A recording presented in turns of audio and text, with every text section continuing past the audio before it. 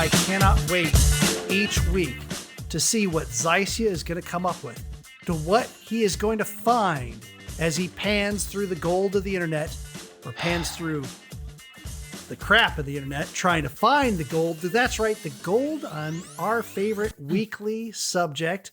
That's right, it's time for Zycia's Cyberpunk 2077 Weekly Update. We're eventually going to retire these. It'll be 2077, but it'll be retired. I promise. Yeah. Actually, no. So we're into the new year. That we had mentioned that they said they were going to put out patches over the first part of Q1, whatever that may be. First part of the year, I guess. But yesterday, they actually had, so one of the head of CD Projekt Red, he actually, one of the co-founders, this is Martian, I'm going to murder his last name, Iwinski, I believe. But he actually put out a 5-minute video of an apology based on him and the rest of the executive level team addressing the fans of how shitty their game release was for consoles. And the video seems very sincere. It's obviously he's reading something, probably also because English probably isn't their first language. So he's probably having to make sure that he prepares the right speech to say and the right things to say. The one thing at the beginning, though, I did appreciate was that the fact that he said, don't blame the developers and the team. This is not their fault. These are all really talented individuals that really worked hard to make this game. Mm-hmm. It is my fault, and along with the other members of leadership that decided to release this game basically in the state it was in. He kind of says in the over this 5 minutes, he also talks about how he basically said the PC release was great. But what he mentioned most of it was about how the console release wasn't recepted well, wasn't really prepared, and he said, and then he brings into, obviously with COVID, having to work from home and everybody's kind of remote and not being able to do the things they usually do. Then, the limited software, hardware, limited capabilities that the old gen processors used and the optical drive and everything. Not saying that he made a lot of excuses, but he did put it out as in, this is kind of like all of the things. And he covered it in 3 different parts. So he covered the first part was like the apology. Second part was basically where they were going. And I'll talk about that in just a second. And the third part was just that, don't think that this isn't like the end of us. Like, we've been putting out a lot of games, but we still have more games that we want to announce to you in the future at the time that we do. But one of the neat things at the end of this video to me was that there was a disclaimer. It said, this video is recorded in English and was meant for English audience. And it says, if you read the subtitles, those subtitles may not reflect exactly what they meant to say, which was kind of interesting. So the second part of the video, what they talked about was the upcoming DLC releases, because they had mentioned before that they were going to have DLC right away, just like The Witcher. Like The Witcher 3 came out, they had DLC available within the first quarter after. What they said is they're going to get the hot fixes and the major bugs that are the major patches and regular patches out first. That is what their main goal right now to do is fix the game, get the game in a playable state for console so that those people can enjoy the game just like the people on PC have. The second part of that was that he said, the DLC that we had promised you is still coming, but it's going to be the end of 2021 is most likely what they're thinking. So I'm thinking probably 2024 spring, based on the track record of when Cyberpunk was released. So that's fair. I mean, and at that point, DLC is out. You're probably going to have multiplayer at some point in between there somewhere as well. But ultimately, the video's out there. You can take it, however you feel that the video was conveyed. I think they posted it on Twitter. It's on their page, but you can check it out. But ultimately, that's what's happening in the Cyberpunk world. We haven't really heard much else on the lawsuits yet, but obviously putting this video out makes it seem like they're definitely trying to stay friendly with the fans and really try to make things right. At least get their PR up. And a side note is GOG, the games company that they have at their platform that's basically the other competition against Steam or something like that, like a launcher you can buy games from.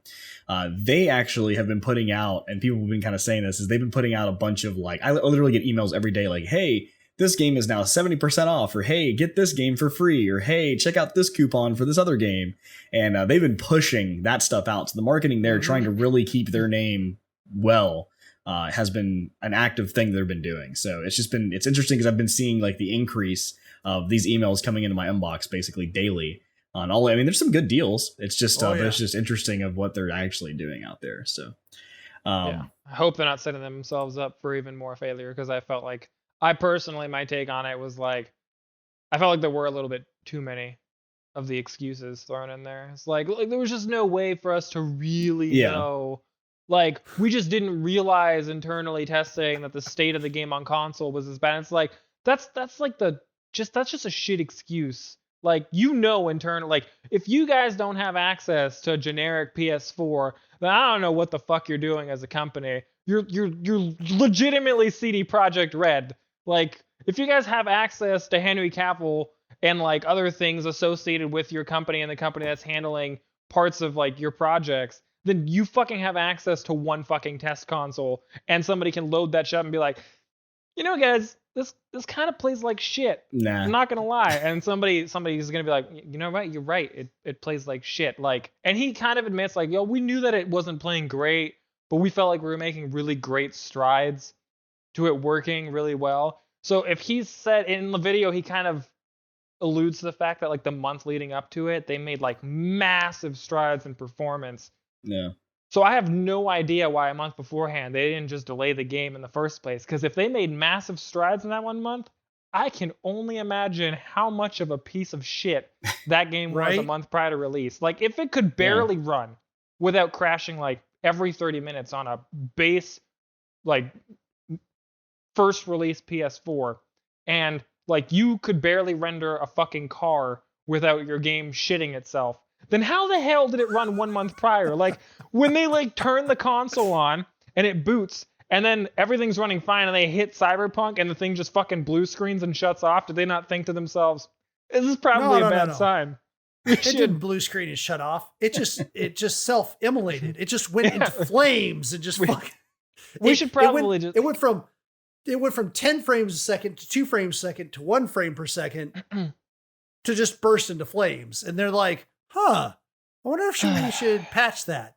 Maybe we should add another car. The management, not the developers. The developers like, oh my God, it's a shit show. It's burning up. You can't release this. And there had to have been developers that were like, there's no fucking way, guys. There's just no way. Like, you're working with that product all the time. Like, if you're running it on like a fucking computer that's running like fucking quad 2080s and shit in SLI, and you're like, I'm getting like 76 frames per second, guys, with 4 of these things. Does that sound bad to you? That sounds not great considering you're running it in 1080p. But fuck it, let's roll. That's not what somebody says. They're probably gonna know this is bad. Somebody should tell somebody. And then the executives are like, yes, we understand. But what if, everybody bear with me, what if everybody's on next-gen consoles and everyone gets 3080s or 6900 XTs, right? Wouldn't that's great. Like, that's the scenario we're looking for. And all the developers are like, but we haven't coded for the next-gen consoles yet. It'll be fine. Just fucking roll it out. Literally, that was part of the announcement, is that they're not going to release the next-gen console update till like fall of 2021. Yep. Mike sitting here like, please don't derail us. Please don't shit talk Cyberpunk for too long. No, you're fine. I can see it. No, that's like, fine.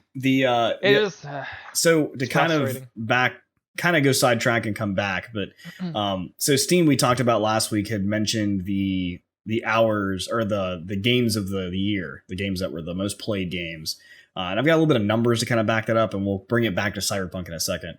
But basically, they what those numbers showed is that there was a 50 revealed that the hours played on Steam was 50.7% greater than in 2019. This changed because of the pandemic with COVID. Everybody's at home, most likely playing games because that's what they can do to set in time. They led breaking stats for Steam, including 120 million monthly active players, 62.6 million daily active players, 24.8 million million peak concurrent players, 2.6 million new purchases per month, and 21.4% more games purchased compared to 2019. And the previously mentioned 50.7% that I said was more hours played compared to 2019 statistics. So with that, the other parts with that was that because of the traffic increasing, they saw this since March. Well, once they added in Cyberpunk 2077 to the mix, that also stressed their servers because of the downloads of people wanting to download this game. As we all played, we were waiting. We bought this on GOG, which even that, like minutes after the actual time of the release, we were kind of waiting and hoping that this isn't going to be another WoW where we have to just crash the servers and wait for, or Modern Warfare, wait for hours to get the actual update. But they actually announced that the game-breaking record for downloading traffic with a peak of 52 terabytes per second, which doubled their previous record. And there was also more of 25.2 exabytes of data being downloaded from Steam in 2020. For reference, an exabyte is 1 million terabytes. So hell yeah. Obviously, the pandemic has helped Steam and most likely GOG in all of their sales and all of their viewership and everything, because everybody's at home playing. And obviously Cyberpunk helped to that. And another note, well, go ahead. Well, some of it's that, you know, people aren't going out as much when they're off work. I think some of it is too, is those that are lucky enough to work from home. Sometimes they have all this commute time that they suddenly get back in I mean, I had an average of an hour to hour and a half commute one way. So I'm getting 2 to 3 hours back a day in some cases. Yeah, same. So yeah, I mean, some of my gaming has increased because of that, or in my case, a lot more time going to editing, but yeah, So, I mean, some people have been lucky enough to get some extra time back that they otherwise would have lost. So this is all in an IGN article. You can look this up for all the numbers if you're really like a number person wanting to see all of this visually. But they also announced their VR aspect of what happened as well. Steam also revealed that it had 104 million Steam VR sessions, 1.7 million first-time VR users, 71% more VR revenue, and 30% increase in VR playtime. VR game sales rose 32% year over year, and that's not including the Half-Life Alyx, which added another 39% of that top of that number. So Steam did it big in 2020, thanks to COVID and people staying home. Yeah, I bet all these game launchers really saw massive surges in playtime. So, all right. Well, that's been the news. We're going to take a few minutes here to listen to a word from our sponsors. So hang out and we'll talk to you soon.